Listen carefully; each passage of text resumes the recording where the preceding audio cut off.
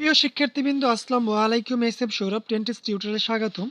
আজকে আমি তোমাদেরকে শেখাবো ত্বরণ, নবম-দশম শ্রেণীর অধ্যায় 2 এর ত্বরণ। অধ্যায় 2 ত্বরণ।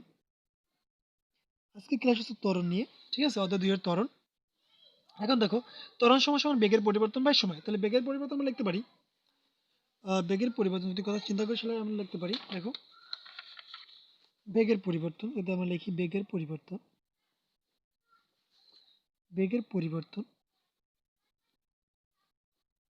সে ভি মাইনাস সমান ভি মাইনাস ইউ, ঠিক আছে? বেগের পরিবর্তন হলো ভি মাইনাস ইউ, আর সময় ইজ ইকুয়াল টু টি। আর ত্বরণকে প্রকাশ করা হয় এ দ্বারা। তাহলে আমাদের সূত্রটা দ্বারাই দেখো, তাহলে আমাদের সূত্র দ্বারাই বেগের পরিবর্তন এ সমান V minus you by T, এটা আমাদের একটা সূত্র দ্বারাই। এখন দেখো, তাহলে ত্বরণের সংজ্ঞাটা দেখি আমরা। সরল পথে চলমান বস্তু সময়ের সাথে বেগ বৃদ্ধির হারকে ত্বরণ বলে। এটা আমরা যদি সংক্ষেপে বলি, তাহলে সময়ের সাথে কোনো বস্তুর বেগ বৃদ্ধির হারকে ত্বরণ বলে, ঠিক আছে? এখন দেখো, মনে করো এখানে একটা ম্যাথ ক্যালকুলেশন যদি করি, আমরা যদি একটা ম্যাথের কথা চিন্তা করি, ইউ সমান সমান 0, বি সমান সমান 5 মিটার পার সেকেন্ড আছে, এবং টি সমান সমান আছে 2 সেকেন্ড। এখন দেখো আমরা এই ম্যাথটা ক্যালকুলেশন করব। কি দেওয়া আছে দেখো, এখানে দেওয়া আছে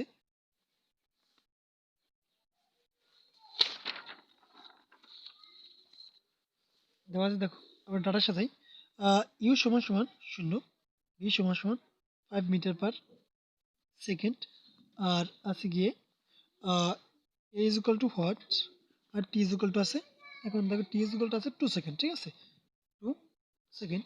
তাহলে আমাদের ম্যাথটা হয় এরকম যে এ সমান সমান V minus you by T, এটা হচ্ছে আমাদের সূত্র। তাহলে দেখো, এখানে যদি আমরা ভি এর মান ইউজ করি, ভি হচ্ছে 5 মাইনাস ইউ এর মান হচ্ছে 0, আর টি হচ্ছে 2, ঠিক আছে? এখন দেখো, 5 থেকে যদি 0 থাকে তাহলে 5ই থাকে, ভাগ হচ্ছে 2। এখন এটা হচ্ছে মিটার পার সেকেন্ড, আর এটা হচ্ছে শুধু সেকেন্ড। এখন দেখো, এই ম্যাথটা ক্যালকুলেশন করার একটা মানে আছে, সেটা আমি দেখাচ্ছি। এখন দেখো, 5 থেকে যদি 5 থেকে যদি 2 দ্বারা ভাগ করা হয়, তাহলে সেখানে আছে 2.5, এখানে আছে মিটার পার সেকেন্ড। আর এখন দেখো, এই যে মিটার পার সেকেন্ড আছে এখানে, আর এখানে কিন্তু সূচক এবং লগারিদম একটা নিয়ম আছে যে ভাগের সময় কিন্তু বিয়োগ হয়। তার মানে এখানে একটা 1 আছে, মনে মনে কিছু না থাকলে পরে একটা 1 থাকে, তাহলে -1 আর -1 কত আসে? -2 আসে। কিন্তু এখানে যদি একটা -1 দেই, ঠিক আছে? এই মিটার পার এই সেকেন্ড আর এই সূচকের লগারিদম নিয়ম অনুযায়ী একটা 1 থাকে, তার 2টা আছে, কোনো একটা কমন, আর কিছু না থাকলে একটা 1 থাকে, আর ভাগের সময় বিয়োগ আসে, তাহলে একটা অতিরিক্ত 1 আসে। দেখো, 2.5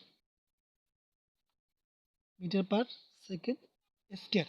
এখন দেখো, এই যে মিটার পার সেকেন্ড স্কয়ার কোত্থেকে আসে, সেটা অনেকে প্রশ্ন করে এবং অনেকে বুঝতে পারে না। এজন্য কিন্তু আমরা এটা একেবারে হাতে কলমে শিখাইলাম যে আসলে এখানে মিটার পার সেকেন্ড কি করে আসে, ঠিক আছে? এখন চলো অন্য একটা টপিক নিয়ে আলোচনা করি।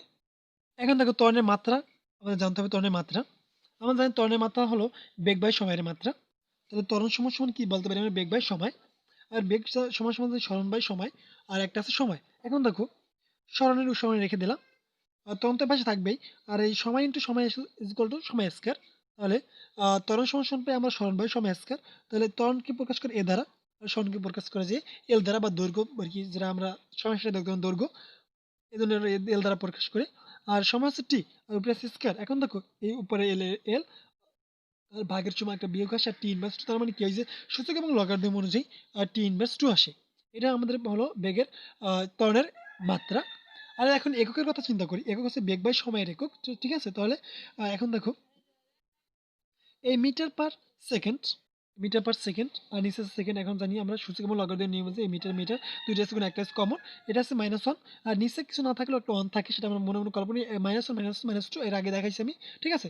তো ত্বরণের মাত্রা হলো, দেখেন আমরা এখানে মিটার পার সেকেন্ড পেলাম একক, আর ত্বরণের মাত্রা হলো L/2, ত্বরণের একক হলো মিটার পার সেকেন্ড স্কয়ার।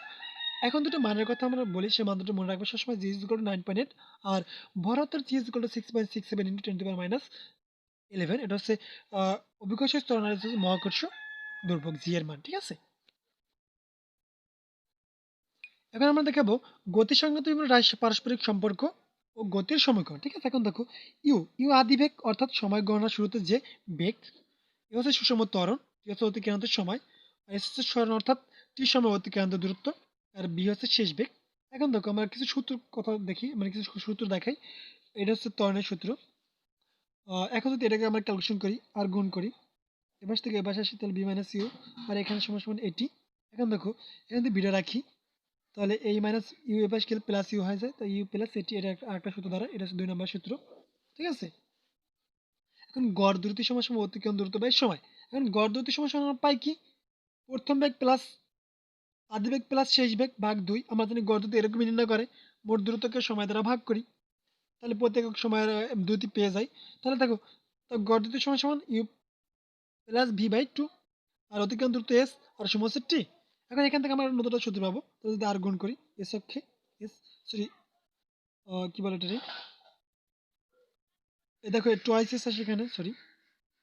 যদি এরকম না হয়, যদি আমরা এরকম কাজ করি, এখানে যদি আমরা আর গুণ করি, তাহলে আমরা এরকম পাই। এখন দেখো সেটা কিরকম আসে, টোয়াইস এখানে আসে, আসার পরে এটা এটার সাথে গুণ হিসেবে থাকে, এবং টুটা এই পাশে পরে ভাগ হয়ে যায়। ঠিক আছে। তাহলে এখানে টোয়াইস আসে, তার আসার পরে এখানে এরকম আসে, আমি দেখাচ্ছি। Twice is equal two